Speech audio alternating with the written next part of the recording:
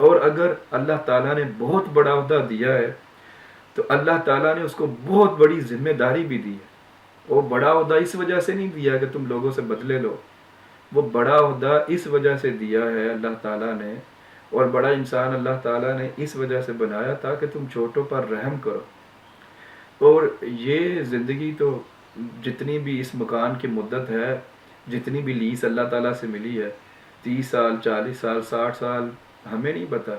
جب اس کی لیز اس مکان کی ختم ہوگی تو اللہ تعالیٰ ہمیں باہر نکالے گا، تو پھر ان ساری چیزوں کا حساب ہونا ہے۔ فرعون سے زیادہ طاقتور کون تھا یا مالدار کون تھا؟ آج اس کا اس دنیا میں کچھ بھی نہیں ہے۔ تو اس وجہ سے اپنے معاملات جو ہیں وہ طے کرنے میں ہمیں مفاہمت سے پیش آنا چاہیے۔ اور ایک اور چیز بھی ہے طنز کرنا، کہ ہم جو بات کہہ رہے ہیں، اور اکثر ہم یہ بھی بولتے ہیں کہ میں نے تو سچ بتایا تھا، میں نے تو سیدھی بات کی، یا یہ کہہ دینا کہ میں تو ہمیشہ سیدھی بات کرتا ہوں، کسی کو اچھی لگے یا بری لگے۔ تو جناب آپ سیدھی بات نہیں کرتے۔ اگر آپ سیدھی بات کریں تو اگلے بندے کو غصہ نہیں آنا چاہیے تھا۔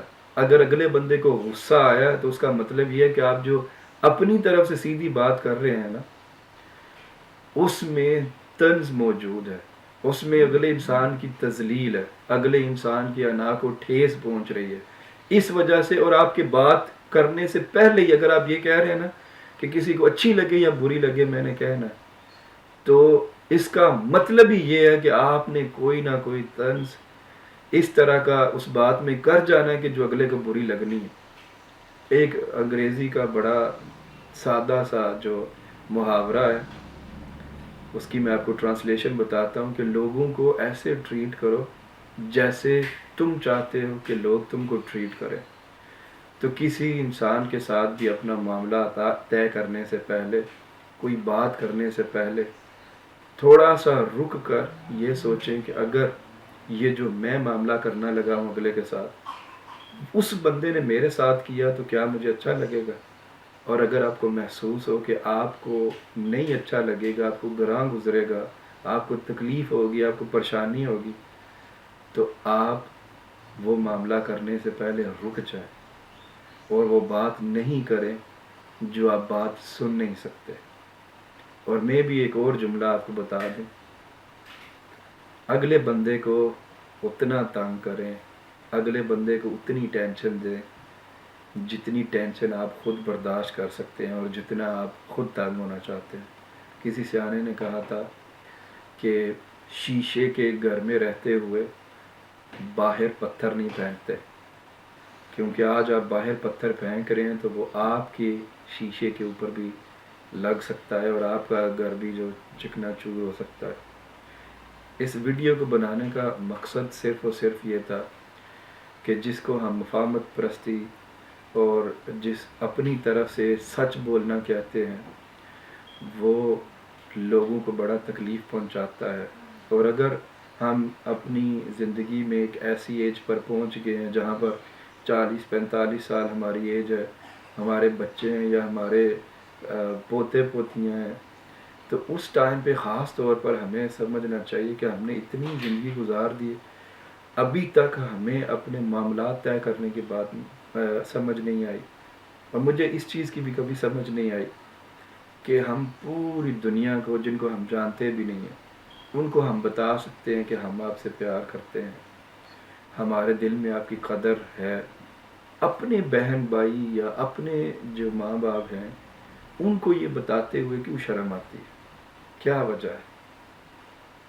اور یہ جو خوشیاں ہیں، یہ اس کے لیے پیسہ ہونا ضروری نہیں ہے، اور نہ انسان کو بڑے بڑے کام کرنے کی ضرورت ہے۔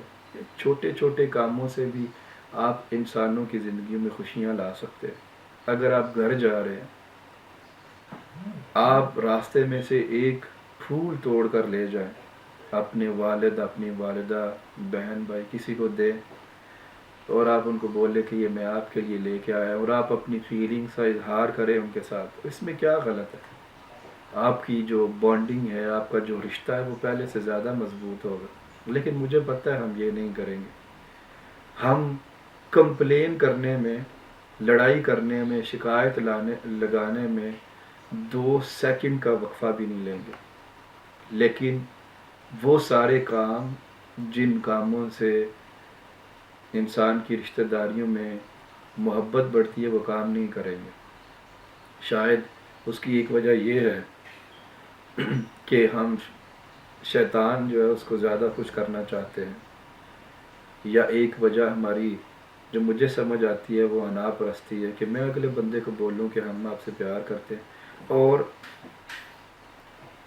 انسان چاہ یہی رہا ہوتا ہے کہ انسان بولے بھی نہ، انسان اگلے کے لیے کچھ کرے بھی نہ، لیکن اگلا انسان جو ہے وہ ہمارے لیے ایسے جذبات رکھتا۔